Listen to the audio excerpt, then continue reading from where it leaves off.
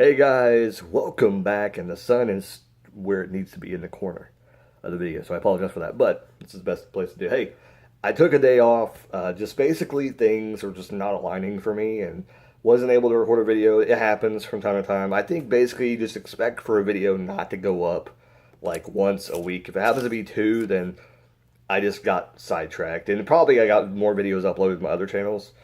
Usually when that happens, that's usually what happens. Either I got a bunch of videos on my phone that either goes to the other channels, and I just don't have enough room on the phone to record a video in the morning time, that I wasn't able to record a video during the day. So I might go ahead. But today, a long-awaited video. People have been asking me to do another video because the first video I did of this person um, wasn't a very high review of them, and they said to check out another album. Here was the problem. I went to do another review of them, and I forgot what albums they told me to review. And my phone wasn't nowhere near me. It was like in the other room. And I was like, you know what? I'll try another album. And I got pretty decent views from this, person. So doing my other two videos. So let's go ahead and do album number 2 review, because the first one was like an artist review with, I think, Demi Lovato. For some reason I put them together. And then this one, I think it was Demi Lovato I did it with.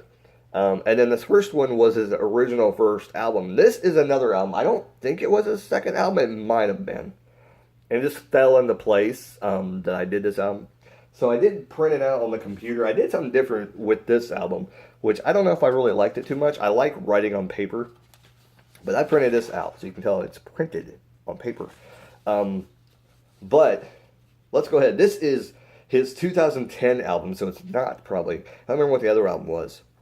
I don't remember. It's on this notepad. Maybe I'll look at it in a second and tell you guys. But 2010, there's 12 songs on here, 44 minutes of music, which is not a lot for a music album. It kind of surprises me when I say the total run time of minutes on albums. Anyways, let's talk about it. It's Ariel Pink, Ariel Pink, 2010 album Before Today. Let's get right into it. Track number 1, Hot Body Rub. Now this was, I believe, kind of and the thing I don't like about some of these people that do these intros and things like that and instrumentals, I guess they're not really intros, they're probably instrumentals, is they don't tell you they're instrumentals. They don't tell you they're intros. And that's what irritates me. You need to put intro or you need to put instrumental, because if people are not into that, it's going to turn them off. It is going to turn them off. And it's not going to make them want to listen to your, especially if they hit more than one, which I believe there is more than one on here. I could be wrong. No, not really.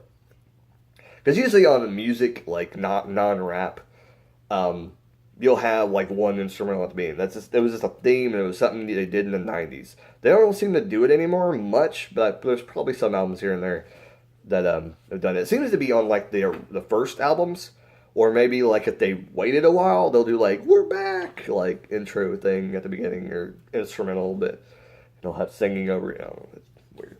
Anyways, Hot Body Rub. Cool tune, but just some bad singing. It comes in at the end, and it's not a bad little intro instrumental thing, but pretty sure this probably was supposed to be a song, but something happened along the way and just didn't end up becoming a song. Maybe it was an extra song that he was going to put on the album and didn't put on the album, because I believe the song was actually, the background music was actually pretty good, which I'm like, why didn't you use that? I probably would have liked that. A little preface to what I think about the album. Sorry guys, Ariel Peak fans out there. Strike 2. Anyways, but Strike 3 is not out. I will continue to go. But anyways, number 2 was Bright Lit Blue Skies.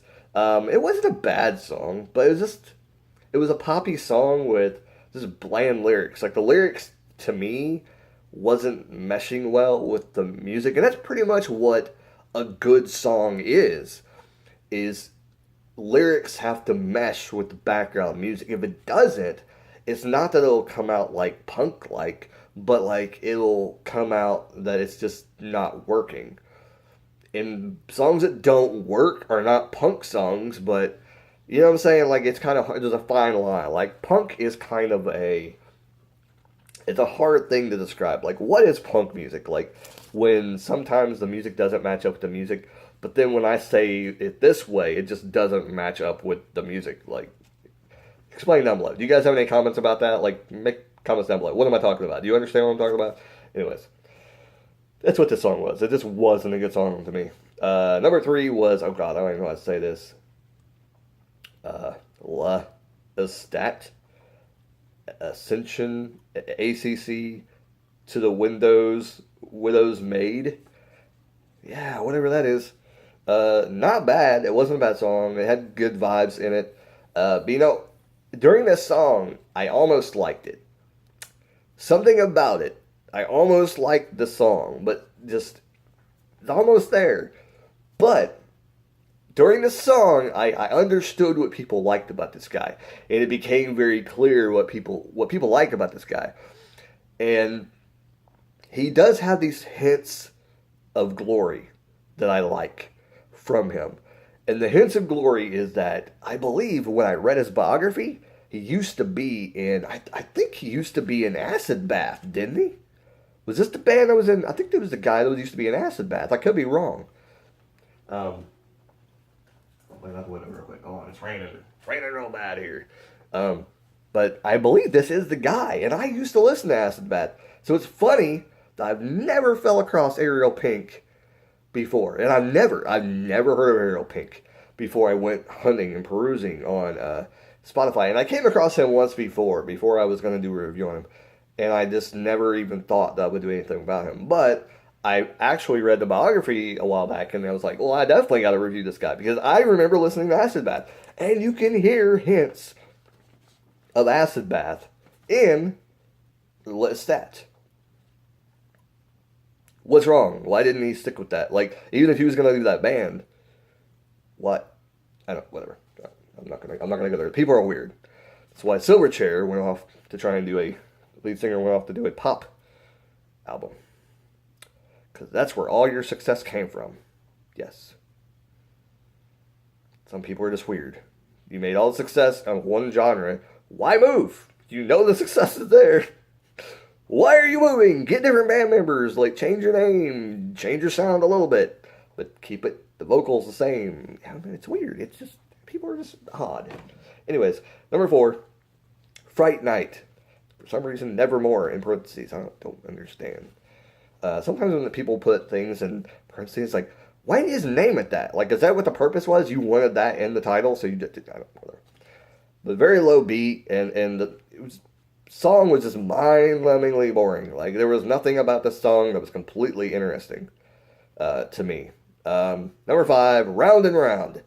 Finally a song that I can say I enjoyed. Not bad, and probably the first song that I'm saying is pretty decent, and I just said that. But I'm reading it off the paper. I have notes on my paper that I'm reading. But still, not blowing my mind or anything, but it was a good song, and I do say that.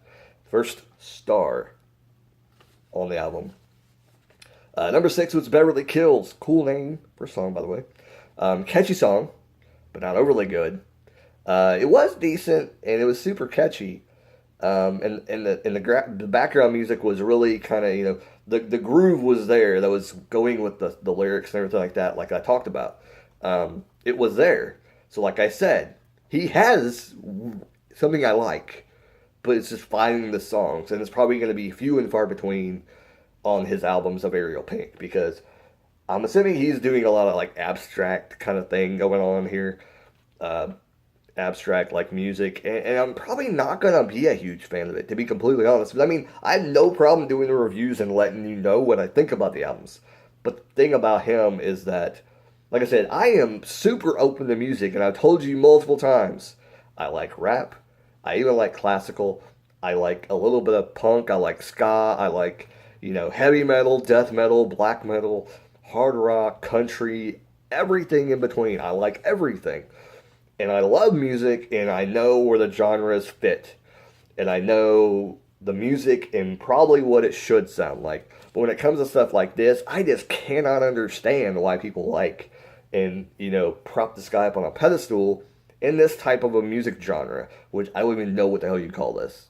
Did I call it right at all a second ago? Is it like abstract music, basically? What's it called? Or industrial? I don't think it's industrial. I have no idea. Butt House Blondes. Blondies. Butt House Blondies. Let me rephrase that. Butt House Blondies. What a name for a song. Didn't help. The song was kind of cool. It was a cool tune. But it got kind of crazy and kind of just lost all sense of music halfway through. It was just odd in all of it. Like, I didn't understand the song. Like, I think this is one of those songs where I started listening, I'm like, oh, this sounds pretty cool. And then he kind of took a turn and went somewhere else. Came back to the same vibe that I was listening to at the beginning of the thing. And then he went into like another kind of riff, and I'm like, wait a second, what's going on here? I'm confused. What's going on? Like, what? I understand progressive rock, and maybe that's what this is, but this is kind of out there. Like, it's out there. I wasn't a fan of that song, though. Number 7. Number 8, Little Wig. Generic song, number 345, Little Wig. Not good. Let's move on. Number 9, Can't Hear My Eyes. This is actually a song, and I didn't give it a star for some reason. I don't know why. But it was actually a pretty good song. I thought it was actually good. I think it was probably the best song on this album, to be completely honest. Not bad lyrics, and actually a pretty good song. So, really enjoyed it. Number 10, Reminisces. This was just another boring tune. It didn't click with me. That's nothing at all. It didn't click. Like normal. Ariel Pink. Not a huge fan of him. So far, we're looking at about 3 songs. Let's look with the last 2. Number 11, Menopause Man. For some reason, I was going to say men, and I was pausing because I had to check. Okay. Song was okay, but no. I'll pass. Song, maybe thought like, oh man, this has got to be cool, because it's got a cool name, right? No, not really. Revolution's a Lie. Well, it may be, but it's okay, too. Just not into it. This wasn't into it. So there we go. 11, or, I can't count. I can't read either, because it's right here. 12. 12, Revolution's a Lie. 12 tracks. 12 tracks? 12 tracks. And 3 songs that I enjoyed.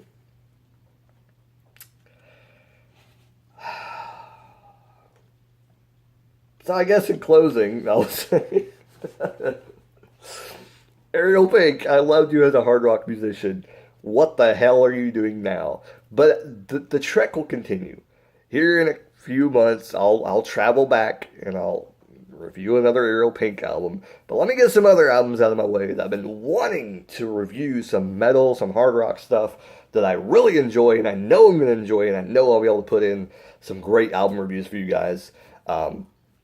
And I'll come back, I'll travel back in time and go to Ariel Pink. But also, let me know some other albums you want me to check out. Some people I might not think of to review, but I do have some other albums coming out very soon. I kind of don't like to kind of just put out the reviews I'm going to be doing, because then if I tell you and it pops up on my channel, you'll be like, he's doing that again.